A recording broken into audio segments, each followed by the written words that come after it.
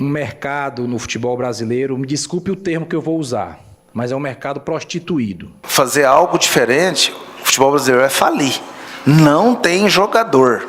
E um monte de jogador aí, meia boca, pedindo salário de 150, de 200, que é um absurdo.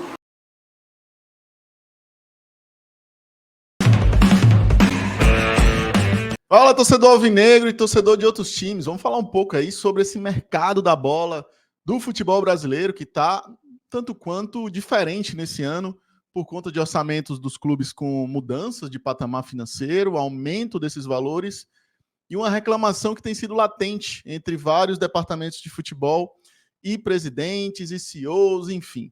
Vamos falar um pouquinho do mercado brasileiro que está inflacionado. Muitos presidentes têm reclamado disso e a gente vai comentar sobre declarações de Marcelo Paes, Adson Batista, presidente do Atlético Goianiense, comentários até do Jean Irmer também, que falou um pouquinho sobre o mercado da bola nas categorias de base do futebol brasileiro e comparou também com o mercado argentino, como é por lá. E isso tudo impacta, né, em valores, cifras muito altas e que tem feito clubes brasileiros de todas as séries buscar alternativas diferentes nesse mercado, incluindo o Ceará Sporting Clube. Vamos falar um pouquinho sobre isso. Peço a você para deixar o like, se inscrever aqui no BPR, chegar junto no BPR Vozão. Se inscreva se não é inscrito. Vamos falar um pouquinho aqui hoje, sem delongas, sem provocações também, obviamente. Acho que não é um vídeo para isso, mas é um vídeo para o torcedor do Fortaleza, para o torcedor do Atlético Goianiense, do Sport, do Bahia, né? Do Bahia, eu acho até que é uma exceção nesse caso, por conta de ter uma SAF que está fazendo um movimento que ela quer fazer no mercado, independente das cifras, né? Foge um pouco da curva dessa leitura, mas, de uma maneira geral, o futebol nordestino está sendo movido por isso, né? Por alternativas, por flexibilizações e a necessária profissionalização de seus departamentos de futebol para que você drible esse mercado inflacionado do futebol brasileiro, dos jogadores brasileiros que está ocorrendo. Então, se inscreva, chega junto e bora falar sobre isso no BPR Vozão. Seguinte, esses comentários que a gente tem visto ultimamente, na última semana passada, o Adson Batista, presidente do Atlético Goianiense, falou um pouquinho sobre isso, reclamou do mercado brasileiro, da elevação dos preços, disse que qualquer jogador hoje já está pedindo acima de 3 dígitos de salário, muito caro, muito altos salários, e isso pesa, né, para um presidente decidir uma contratação, faz com que o presidente e o departamento de futebol busquem alternativas no mercado sul-americano, que ainda não enfrenta ou não está encarando essa realidade, até porque muitos times do futebol brasileiro receberam cifras extras por conta da venda de 20% do direito de imagem pelos próximos 50 anos, e isso são valores altíssimos que movimentam todo mundo, movimentam o empresário dos jogadores, movimentam os jogadores que estão no Brasil, que estão fora do Brasil, querendo voltar para cá, e isso pressiona o mercado a aumentar seus valores. Então, tudo isso impacta nas decisões de como contratar do futebol brasileiro. Você tem visto aí uma dificuldade, por exemplo, do nosso rival ter passado por 3 tentativas de trazer um volante, e o volante sempre decidindo por um valor maior, esperando, sempre um valor maior, e acabou levando 3 chapéus seguidos para tentar trazer um volante. Não significa que, dentro do contexto, o nosso rival não consiga trazer um volante de qualidade, não é isso, né? Perderam um zagueiro, na verdade, né, para o Botafogo, perderam 2 volantes, um para o Atlético Paranaense e outro para o Inter, mas certamente vão trazer alternativas parelhas, equiparadas, para o restante da temporada, mas mostra que tudo se espera e tudo se especula. O mercado está mais especulativo do que o normal. É óbvio que é um movimento normal, né? O Paes até fez uma declaração sobre eu prefiro ser enganado do que ser um enganador, meio que se colocando como vítima, mas a gente sabe que o futebol é assim. O próprio Paes levou vantagem sobre o Silvio Romero na negociação com o Ceará, conseguiu negociar com o Moisés, que era um jogador de interesse do Ceará também. Não que tenha sido operações iguais, né? Mas são operações mercadológicas, naturais, e que não cabe certo ou errado, não cabe o pai se sentir enganado nem enganador, né? Assim como a decisão do atleta de ir para outro clube não coloca como enganador e nem como enganado. É uma decisão, uma escolha de um mercado inflacionado que movimenta isso. Claro, para o torcedor do Fortaleza, que venera o Paes, muitos deles, isso acaba sendo, entre aspas, né, aquele termo meio pejorativo, de pirulito, né? Mas coloca ali talvez uma blindagem na sua gestão e até no novo diretor de futebol, que eu não lembro bem o nome, acho que é Bruno Costa, se eu não me engano, que chegou agora e passou por esses episódios e acaba gerando desconfiança de parte da torcida. Mas o que o Paes falou sobre um mercado inflacionado é total verdade, faz todo sentido. É tanto que, até para a realidade do Ceará e do Sport, que estão na Série B, a situação é parecida. O Ceará teve que fazer movimentos diferentes, buscou um centroavante que estava no futebol paraguaio, né? O Barceló, que é uruguaio, mas estava jogando no Paraguai. O Recalde, que estava na Argentina e é paraguaio. E o Facundo Castro, que estava no Chile e é uruguaio. Então, assim, movimentos fora do país, buscou também volante fora do país, especulou-se nomes como Mauro Piton por aqui também. Enfim, ainda está de olho no mercado sul-americano porque não fechou as possibilidades de contratação, creio eu. Mas sempre com um olhar para o mercado sul-americano por conta das cifras inflacionadas do futebol brasileiro. O Adson falou sobre isso, em declarações parecidas. A gente vai ver agora aí um pouquinho dessas declarações e também a declaração do Jean Irmer sobre base. O que ele falou sobre base? O Jean Irmer comentou também que lá, qual a diferença da base na Argentina para a base do futebol brasileiro. E eu concordo muito com o Jean Irmer. Na base do futebol argentino, não há uma veneração a jogadores que estão na base. Jogadores não viram estrelas lá na base, né? Os garotos são preparados, são conduzidos a um plano de carreira profissional sem assédio, né? Mas as leis aqui do futebol brasileiro permitem um assédio muito cedo a atletas.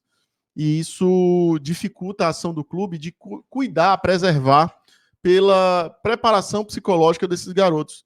Então, os jogadores de base no futebol brasileiro, com 16 anos, já estão ganhando 40, 50 mil reais, a depender de cada caso. E isso mexe com a cabeça de qualquer garoto, né?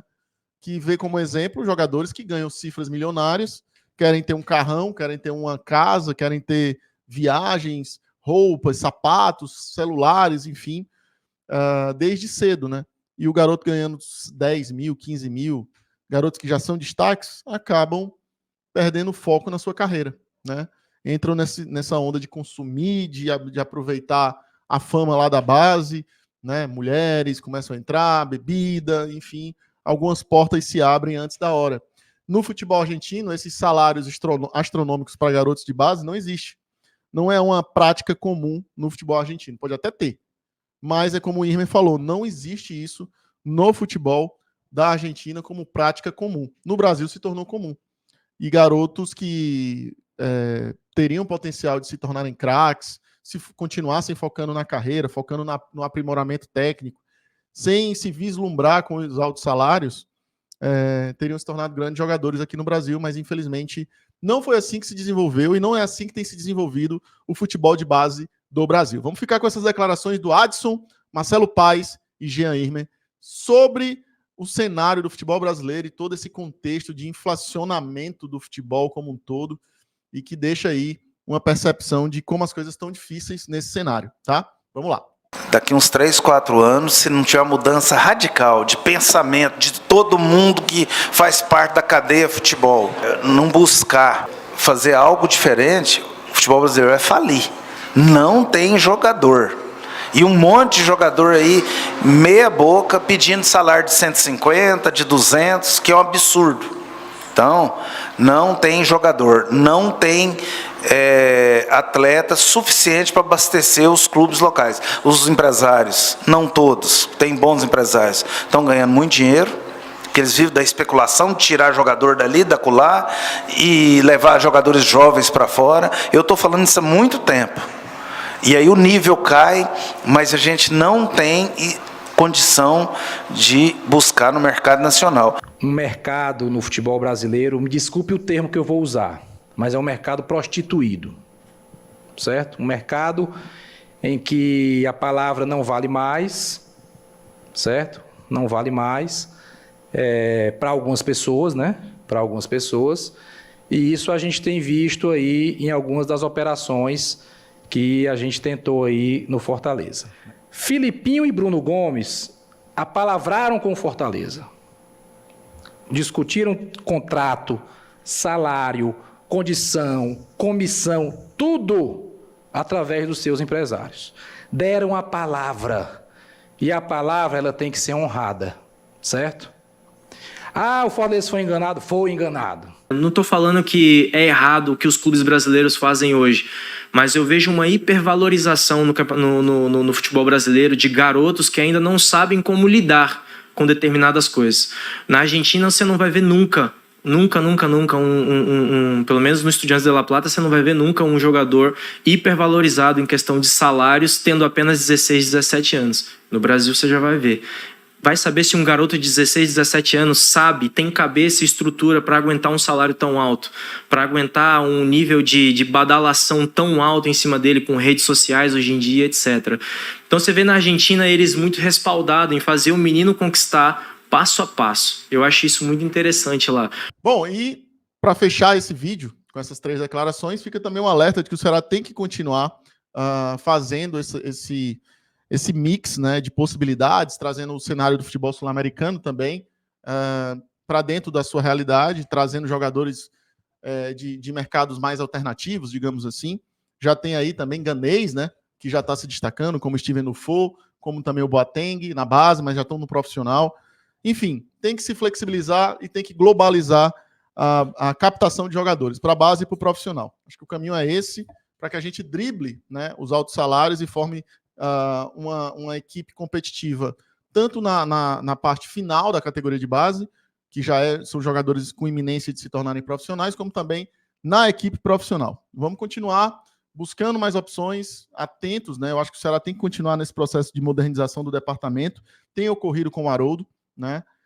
Ainda é um processo de melhoria significativa, que vai levar mais tempo, não é da noite para o dia, mas que aparentemente com o Haroldo está no caminho certo.